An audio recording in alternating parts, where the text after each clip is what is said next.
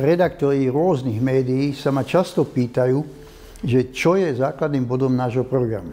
Základný bod nášho programu je urobiť poriadok vo verejných financiách. Slovensko 30 rokov funguje so štátnym rozpočtom, ktorý 30 rokov nebol prebytkový, nebol vyrovnaný, ale 30 rokov je stratový. Pýtam sa, môže rodina žiť 30 rokov v strate? Nemôže.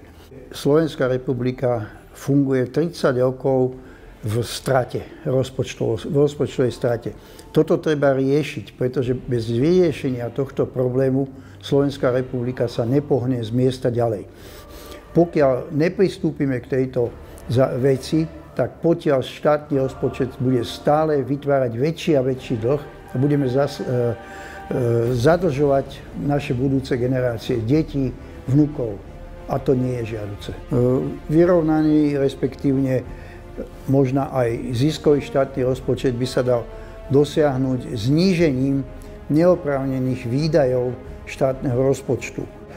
Náklady na zbrojenie, náklady na podporu imigrantov, náklady neoprávnene čerpané skupinami ľudí, ktorým sa nechce pracovať, zníženie štátnej správy, čiže neoprávnené náklady čerpanie zamestnancov štátnej správy, ktoré štátna správa nepotrebuje. Môžem povedať príklad, teraz pred 2 týždňami bol zvýšený počet námestníkov na jednotlivých štátnych organizáciách a na ministerstvách o 50. Neviem, ako k tomu mohlo dojsť, keď vláda je dočasná, na čo potrebuje zvyšovať počet zamestnancov. Toto nemajú čo riešiť.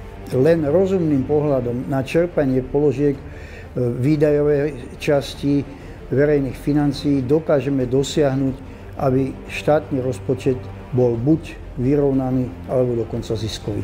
A súčasne by sme navrhovali, aby poslancom Národnej rady boli zmrazené platy na celé volebné obdobie.